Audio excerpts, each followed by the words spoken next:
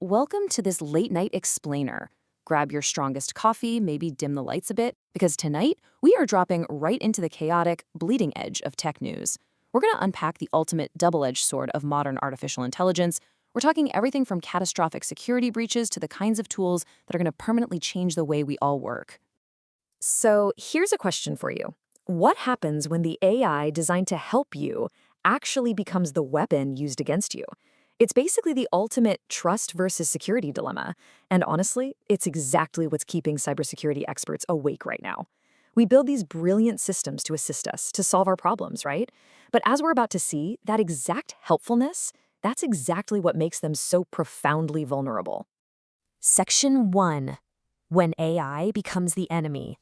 The meta AI catastrophe.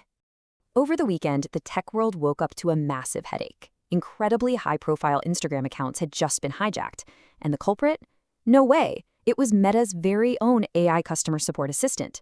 The blueprint they used is disturbingly simple. Check this out. First, hackers fired up a VPN to match their target's location. Then, they requested a standard password reset and opted to chat with the AI assistant to sort it out. Through just a simple, everyday conversation, they instructed the bot to add a totally new email address. And when the system prompted for a video selfie to, verify their identity, the hackers just used AI deepfake tools to generate a fake video. I mean, think about that for a second. The AI was literally tricked by another AI. Wild, right? And this really shows you the sheer scale of the damage here. We aren't just talking about everyday users getting locked out. The archived Obama White House account, the official account for the Chief Master Sergeant of the Space Force, these are absolutely critical government and military targets. But it wasn't just political. It was highly, highly profitable. These hackers went right after short-name gray market accounts, like the handle @God, which can easily sell for upwards of $500,000 on the resale market. So, what's the big takeaway here? Well, sure, Meta patched this specific flaw, but the patch doesn't fix the underlying mindset. Handing an AI assistant the keys to execute critical security operations, like adding an email address via a simple chat with zero human oversight, that is literally a disaster waiting to happen. The entire industry needs a massive wake-up call here. We urgently need a hardware-based multi-factor authentication and actual human approval layers before any AI is allowed to touch sensitive account settings. Section 2. The AI Security Arms Race. Defending the Digital Frontier. Now, fortunately, the tech industry isn't just sitting back waiting to be hacked.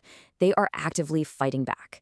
Anthropic is taking a completely unique approach right now with Claude Mythos. While giants like Google and Microsoft are primarily using AI to hunt for zero-day bugs inside their own proprietary ecosystems, Anthropic is positioning Claude as a massive enterprise security platform.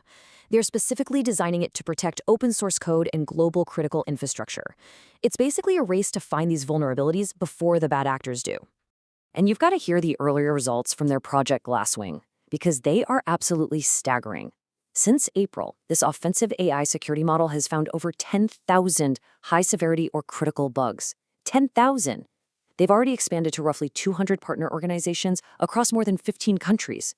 We're talking sectors like government, finance, oil and gas. Plus, they're rolling out Mythos to the public in the coming weeks. It is a really massive leap forward for automated defense. But that raises a good question. How do we actually ensure these complex AI models behave the way we want them to in the first place? Well, enter Microsoft's new open-source framework announced at Build 2026. It's called Assert, and it relies on a fascinating, kind of mind-bending concept, recursive AI validation. This is literally the idea of using one AI system to actively test, score, and validate the behavioral compliance of a completely different AI model. Before Assert came along, if you wanted to test an AI, you had to write some seriously complex code. Now, you just write a plain English policy. You literally just tell the system something like, the bot should never share user personal information without explicit permission. That's it. The AI then takes that simple sentence, automatically generates dozens of diverse testing scenarios, fires them against your bot, and spits out a compliance score. This absolutely revolutionizes compliance, especially for highly regulated industries. Think about these real-world use cases. Legal and compliance teams, folks who generally aren't programmers, can now strictly govern AI behavior. In healthcare, they can absolutely guarantee a bot won't spit out dangerous medical advice. In finance, they can ensure secure authentication. It even works for children's content, making sure AI bots never generate scary or violent output. It essentially removes the massive liability bottleneck that has been holding enterprise AI back for years. Section 3, the white-collar AI invasion. Codex goes corporate. So, shifting gears from defense to offense, OpenAI is making a really aggressive, massive strategic shift. They are moving from being just a developer tool straight into the corporate boardroom. They just dropped 6 highly specialized Codex enterprise plugins. We're talking data analytics, creative production, sales proposals, product design. And they are going heavily after Wall Street with plugins specifically built for public equity investing and investment banking. Make no mistake, they are clearly declaring war on Microsoft Copilot's territory here. They want to own the entire modern white-collar workflow, the whole shebang. And the market? Oh, the market has responded immediately. Following this pivot to a per-seat enterprise licensing model, OpenAI's reported private market valuation has skyrocketed to an eye-watering $157 billion. Analysts are actually predicting these specific plugins alone could add $4 to $6 billion in annual recurring revenue by 2027. So, what does this all mean for you and me? The crucial takeaway here is pretty clear. No white-collar job is immune from AI augmentation. Now, professionals aren't necessarily going to be completely replaced right away, but you absolutely will need to master AI orchestration. Mark my words, by 2027, AI proficiency isn't going to be just a nice-to-have skill. It will be as fundamentally essential to your job as knowing how to use Excel was back in 2005. Moving on to Section 4. Siri finally gets smart. The Gemini Spark validation. There has been a ton of skepticism about Apple integrating Google's Gemini Spark into the new iOS. But real-world tests are starting to leak, and the results are honestly stunning. Take this incredible micro-anecdote from a recent test.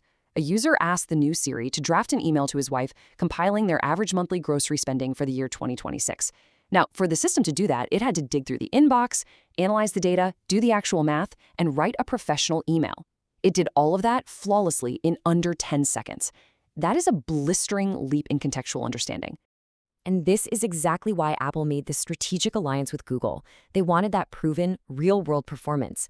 It's backed by multi-year stability contract, and it genuinely outperforms competitors like Claude and GPT-4o in current benchmarks. But crucially for Apple, it utilizes private cloud compute. This means it keeps user data secure on Apple's servers, not Google's. So while privacy concerns are always lingering, it seems the huge risk they took is going to pay off handsomely at WWDC. Section 5. Return to Silent Hill, the analog escape. To close out tonight's explainer, let's take a quick thematic breather. We're going to transition away from the terrifying reality of digital AI security into a much more fun, fictional kind of terror. Let's talk about Silent Hill Townfall. Releasing on September 24, 2026 for the PS5 and PC, Townfall is actively avoiding all those tired horror cliches. It's developed by the indie studio Screenburn, and it uses a first-person perspective, kind of like Resident Evil 7.